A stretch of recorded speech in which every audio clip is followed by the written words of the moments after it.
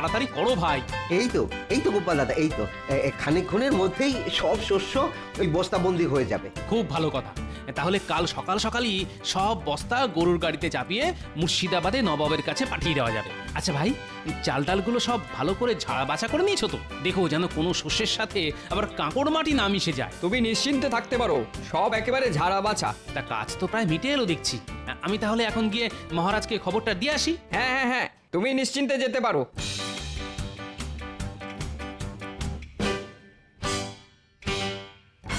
কিরে, কাজ শেষ? আর ঘন্টা খানেকের মধ্যেই হয়ে যাবে। শোন, কিছু বস্তায় শস্যের সাথে কাঁকড়, মাটি, নুড়ি ভেজাল মিশিয়ে দে। ভেজাল? ভেজাল মেশাবো কেন? তাতে কিছু শস্য বেঁচে যাবে, আর বেঁচে যাওয়া শস্যগুলো আমার বাড়িতে পাঠিয়ে দেবে। দেখো বোকার মতো কেমন দাঁড়িয়ে আছে দেখো। আরে এর জন্যে তোরা বকশিস পাবি। কিন্তু গোপাল দাদা যে বললো। আরে রাখ তোদের গোপাল দাদার কথা। সে ধর্মপুত্র যুধিষ্ঠির হতে পারে, কিন্তু তোদেরও তো বাড়তি কিছু পয়সা দরকার। না না, এরকম খারাপ কাজ আমরা করতে পারবো না। ভালো কথা বললাম, কানে গেল না? তোরা সকলে দেখছি খুব গোপাল দাদার ভক্ত হয়ে উঠেছিস। তাহলে মত বাড়তি রোজগারের সুযোগকেও যখন হাতছাড়া করলি, তখন ওই বাঁধা মজুরিতেই খেটে মত যত সব।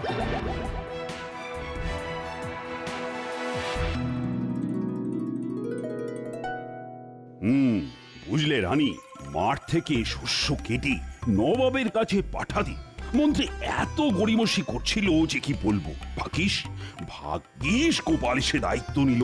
দেখবে ঠিক সময় মতো নবাবের খাজনা মুর্শিদাবাদে পৌঁছে যাবে। গোপাল আছে বলেই তো সব দিক দিয়ে ভরসা। ভেতরে আসবো মহারাজ? হ্যাঁ হ্যাঁ, এসো এসো এসো। ওদিকের খবর কি? নবাবের খাজনার শস্য কি প্রস্তুত? হ্যাঁ মহারাজ, যেটুকু বাকি আছে সেটা কিছুক্ষণের মধ্যেই শেষ হয়ে যাবে। ভালো ভালো ভালো, খুব ভালো। তা কালকেই কি? হ্যাঁ মহারাজ, কাল সকালেই 1 ডজন গরুর গাড়ি মুর্শিদাবাদের দিকে যাত্রা শুরু করে দেবে। দেখেছো দেখেছো রানী, গোপালের কি পরিপাটি কাজ। দাও দাও দাও, ওকে একটু মিষ্টি আর শরবত দাও। আমি এক্ষুনি আনাবার ব্যবস্থা করছি। না রানীমা, এখন থাক। কেন গোপাল, থাকবে কেন? এখনই তো বাড়ি গিয়ে চান করে ভাত খাবো। তবে একান্তই যদি খাওয়াতে চান, তাহলে কিছু মিষ্টি আর শরবত মাঠে পাঠিয়ে দিন। সকাল থেকে লোকগুলো বড্ড খেটে চলেছে রানীমা। গোপাল, তোমার মনের মধ্যে এত দয়া? দয়া নয় রানীমা, সামান্য একটু সহানুভূতি। আর এ সবই তো মহারাজের কাছ থেকে শেখা।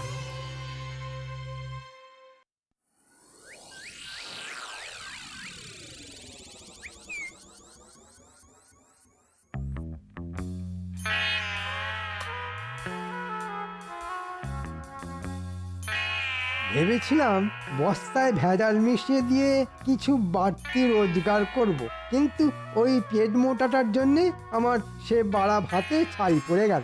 ধুর ধুর, ভালো লাগে না।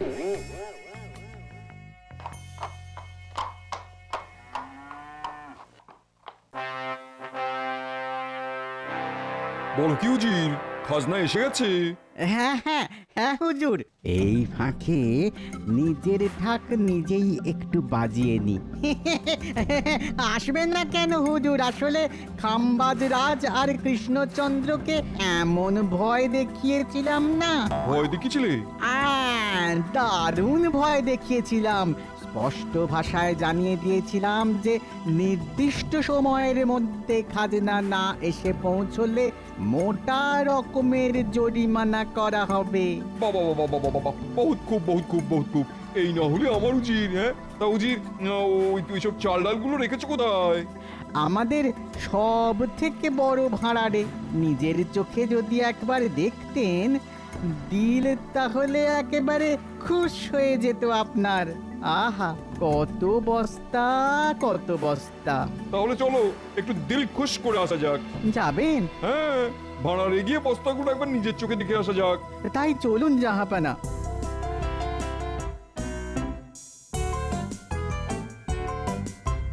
কি হে ভাড়ার রক্ষক, গেলে কোথায়? আরে আরে, কি সৌভাগ্য আমার! স্বয়ং স্বয়ং নবাব বাহাদুর এসেছেন। ভেতরে নিয়ে চলো তো দেখি। আসুন আসুন জাহাপনা।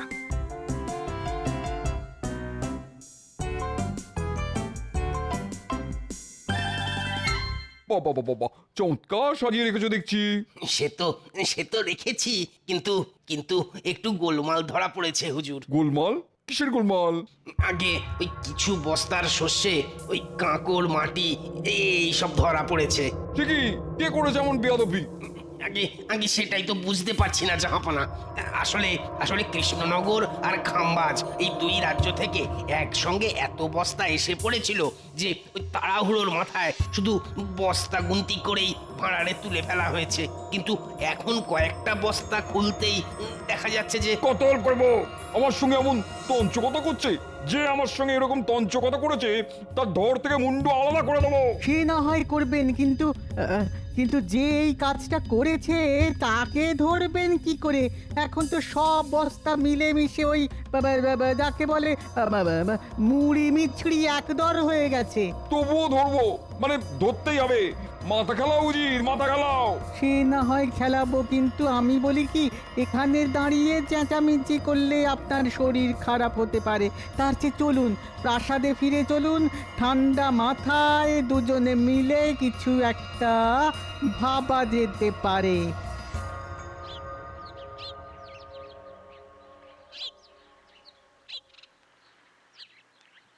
কি গোপাল, বাজার হয়ে গেল? আগে হ্যাঁ, হাতের থলিটা তো দেখছি বড্ড ছোট, তা কি কিনলে? ওই তো কটা আলু, একটা পুঁচকে বেগুন, সামান্য লাউ শাক আর কুচো মাছ। আমার কিন্তু এত কমে আবার হয় না। আমার রোজ গোটা মাছ চাই, টাটকা আনাজপাতি চাই। আসলে আমি তো আর তুমি নই। হ্যাঁ, সে তো জানি। আর সেই জন্যই তো ওই বাঁ হাতের বাড়তি রোজগারের জন্য সারাক্ষণ ছোক ছোক করেন।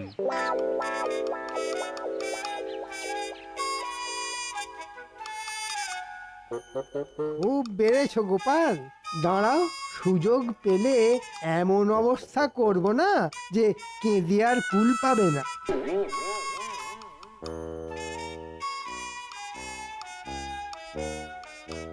কি হলো উজির, মাথা থেকে কিছু বের হলো?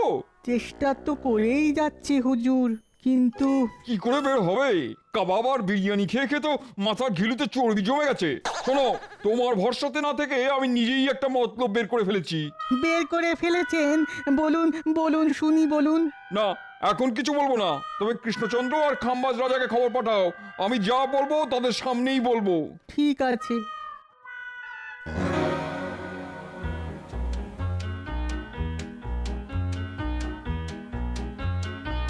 এই যে বুড়ো, একটু যাও তো। এই দুপুরবেলা কোথায় যাব প্রাণেশ্বরী? এই রাজবাড়িতে গিয়ে কুঁচো মাছের লাউ শাক চচ্চড়ি দিয়ে এসো। মহারাজ খেয়ে বলবেন কেমন রেঁধেছি আমি, অমৃত না গড়ল। দাও তাহলে, দিয়ে আসি।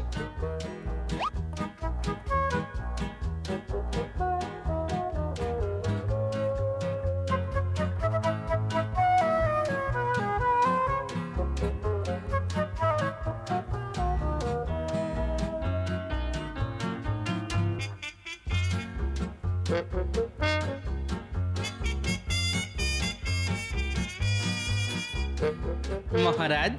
আরে গোপাল যে, কি খবর? না, খবর কিছু নয়, আসলে আপনাদের বৌমা ওই কুঁচো মাছ দিয়ে একটু লাউ শাক চচ্চড়ি করেছে। মহারাজ যদি একটু খেয়ে দেখেন। ও মা, লাউ শাক চচ্চড়ি দাও দাও, আমি খাবো আমি। কিন্তু মহারাজ। উনি তো ভোরবেলাতেই মুর্শিদাবাদ চলে গেছেন। মুর্শিদাবাদ? কিন্তু কাল রাজসভাতে তো কিচ্ছুটি বলেন না। জানলে তো বলবেন।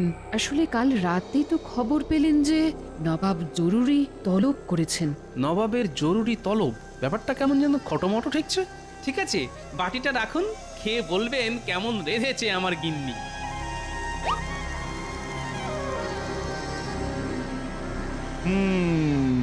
তোমরা দুজনেই নির্দিষ্ট সময়ের মধ্যে খাজনা বাবদ অনেক ধান চাল পাঠিয়েছো, এর জন্য আমি খুব খুশি।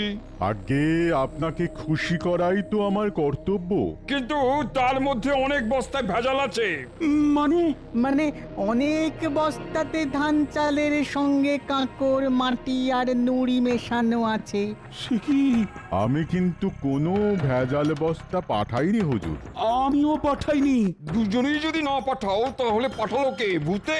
বলুন বলুন বলুন কে পাঠালো বলুন ভূতে? সেটা কি করে বলি বলুন তো? এখন সব বস্তা মিলেমিশে গেছে, তাই আসল অপরাধী যে কে সেটা বোঝা যাচ্ছে না। তবে আপনাদের মধ্যে একজন তো পাঠিয়েছেই।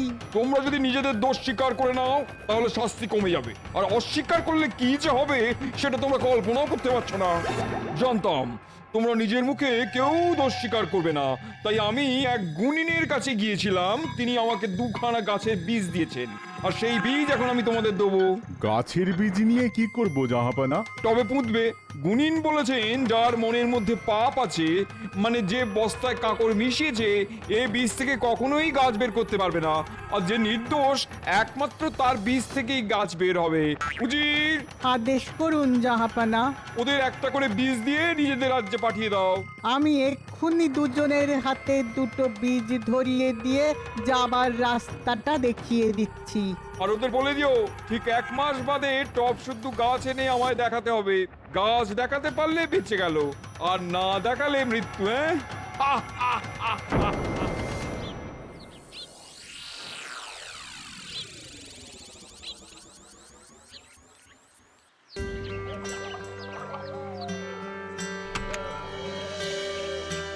মা, বীজ থেকে যেন গাছ বের হয়। আমার মুখ রক্ষা করো মা। এত এত উতলা হচ্ছেন কেন? আহ, আপনি তো কোনো পাপ করেননি। দেখবেন বীজ থেকে গাছ ঠিক বের হবে। হ্যাঁ মহারাজ, দেখবেন নিয়ম মতো 2-4 দিনের মধ্যেই অঙ্কুর বের হবে। হলেই ভালো, আর না হলে? না হলে আপনার কি খুব আমোদ হবে মন্ত্রী মশাই? না না, আমোদ হবে কেন? মানে মহারাজের শাস্তি মানে তো আমাদেরই শাস্তি, তাই না মহারাজ? নবাবের কোপে পড়ে মহারাজের গর্দান গেলে ওই নবাবকেই আচ্ছা করে তৈলমর্দন করে কৃষ্ণনগরের সিংহাসনে বসতে হবে আমাকেই। হ্যাঁ, দেখি কোথাকার জল কোথায় গিয়ে দাঁড়ায়।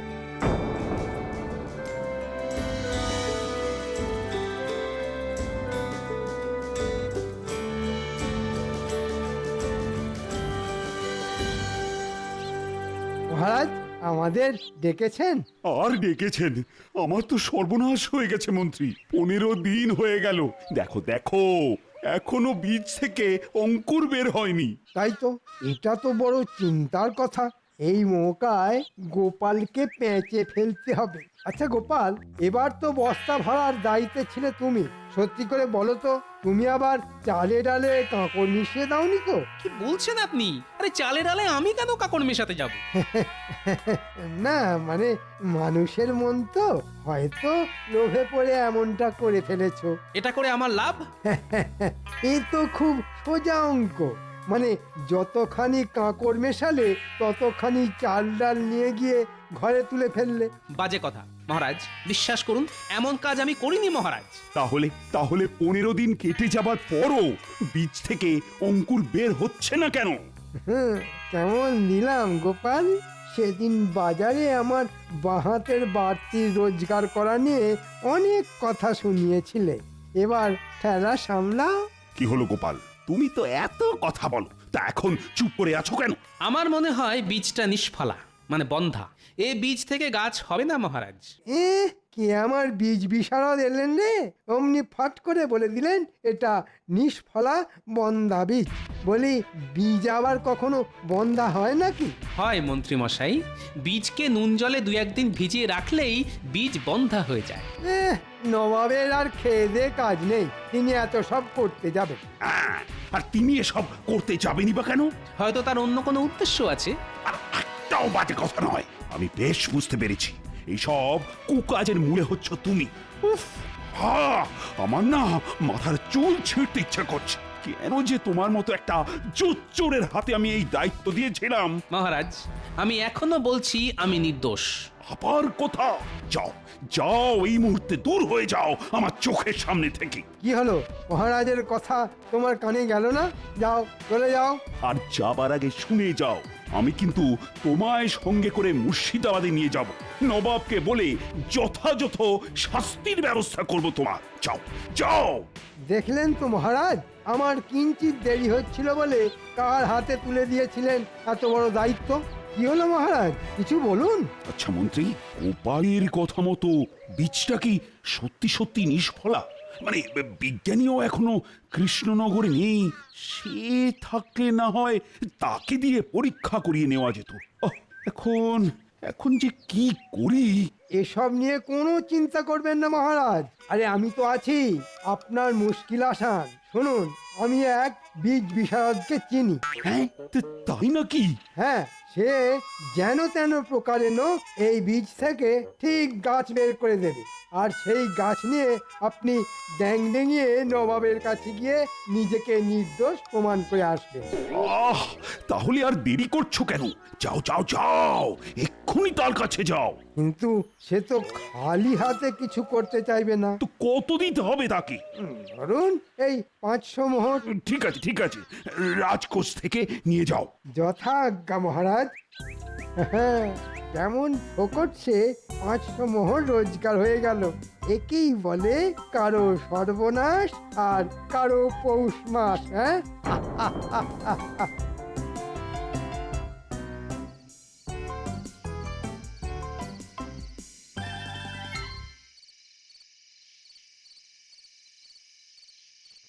ভেতরে আসবো রানীমা? হ্যাঁ হ্যাঁ, এসো। আচ্ছা গোপাল, এসব কি শুনছি? তুমি নাকি... বিশ্বাস করুন রানীমা, আমি নির্দোষ। ওই মন্ত্রীর কথা শুনে সেটা আমিও বুঝতে পেরেছি, কিন্তু উপায়... আমি মহারাজকেও বলেছি, এখন আপনাকেও বলছি, নবাব কোনো বন্ধা বীজ দিয়ে মহারাজের সততা পরীক্ষা করতে চাইছেন।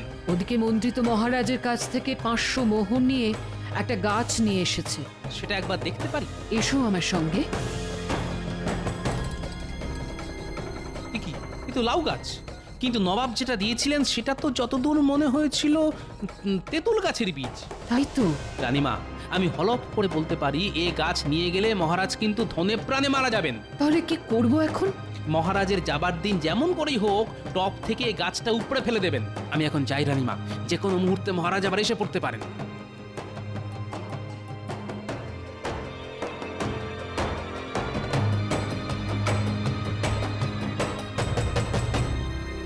আসছি তাহলে রানী।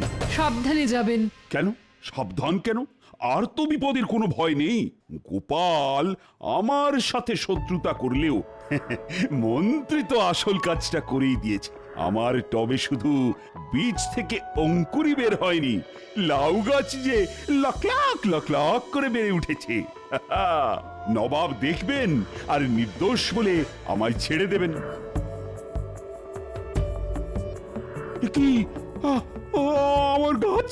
হায় হায় হায়, এ তো টপ থেকে কেউ উপড়ে নিয়ে চলে গেছে। এখন এখন আমি কি করব? মন্ত্রী, ও মন্ত্রী,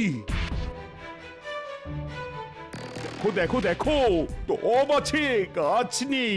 তাই তো, কে করলো? কি করে বলবো? তাহলে কি হবে? কি আর হবে, আমার গর্দানটাই যাবে। তাতে আমার ভালো হবে, তোমার গর্দান গেলে রাজা হব আমি। হ্যাঁ, আমি বলছি যা হয়েছে তাতে হয়তো আপনার আমার সকলের ভালোই হবে। যান, ওই খালি টব হাতে করে নবাবের কাছে যান। আরে খালি হাতে গেলে তোমার মাথার সিঁদুর, হাতে শাঁখা পলা সব যে চিরকালের মতো খালি হয়ে যাবে রানী। তবুও বলছি, নির্ভয়ে গিয়ে সত্যের মুখোমুখি দাঁড়ান। তাহলে যাই। কিন্তু কিন্তু গোপাল কোথায়? ওকে আমি ছাড়বো না। তাই তো ওকে ধরে এনে রথে দাঁড় করিয়ে রেখে দিয়ে এসেছি। পালাবার কোনো পথ নেই, কারণ রক্ষীরা ওকে পাহারা দিচ্ছে।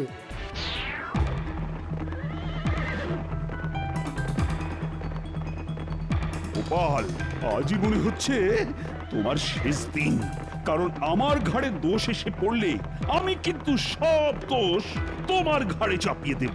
যথাজ্ঞা মহারাজ। তবে একটা কথা, যা ঘটেছে সেটাই বলবেন, কারণ চিরকাল সত্যেরই জয় হয় মহারাজ। এই তুমি থামাতা।